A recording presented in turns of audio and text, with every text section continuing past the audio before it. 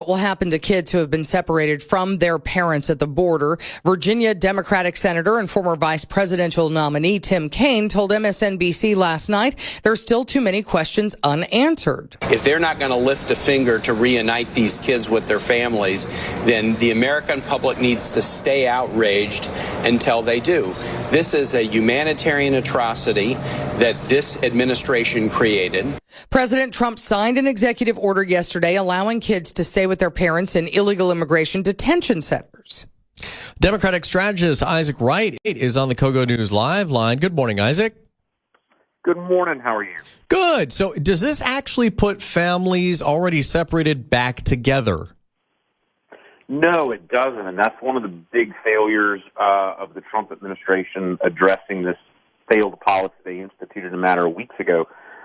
There are 2,300 children roughly in this country right now, many of whom haven't seen their parents for as much as 30 days, don't know where they are in the country. And we're talking about children as young as 8, 9, 11 months old. There needs to be immediate action to reunite these families. This is against American values and principles. All right, so this is an executive order. It can be rescinded.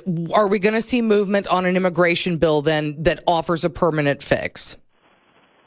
Well, so that's an interesting point you made about the EO, and it can be rescinded. You know, Trump's original point, which I think this goes back to your larger question about a congressional overarching immigration reform, Trump's original point was, I've instituted this policy, but really it's not me, it's Congress.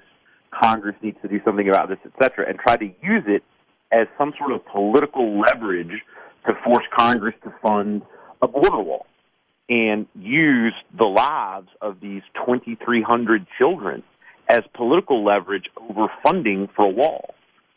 So the problem is he has lost all credibility because yesterday he tacitly admitted by signing the CO that indeed he had lied. His administration had falsified their statements about this being a congressional matter, and it would take Congress to address it, because indeed it was the policy of his administration. He did have the power to address it. He did so yesterday afternoon.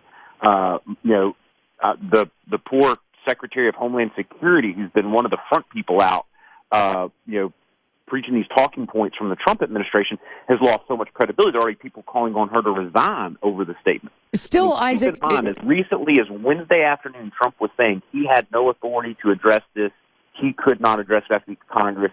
And then Wednesday afternoon, he admitted that wasn't true. And yet the permanent fix still stands with Congress, does it not? Right. And the president has lost his credibility to try to lead towards a fix.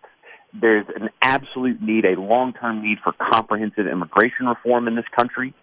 And we have a president who has abdicated the ability to lead on it because of this credibility gap he's created for himself over trying to use children as leverage on the border wall and misleading about who had the authority to rescind his policy. All right, Isaac, thank you so much. Democratic strategist Isaac Wright joining us on the KOGO News Live line. KOGO News.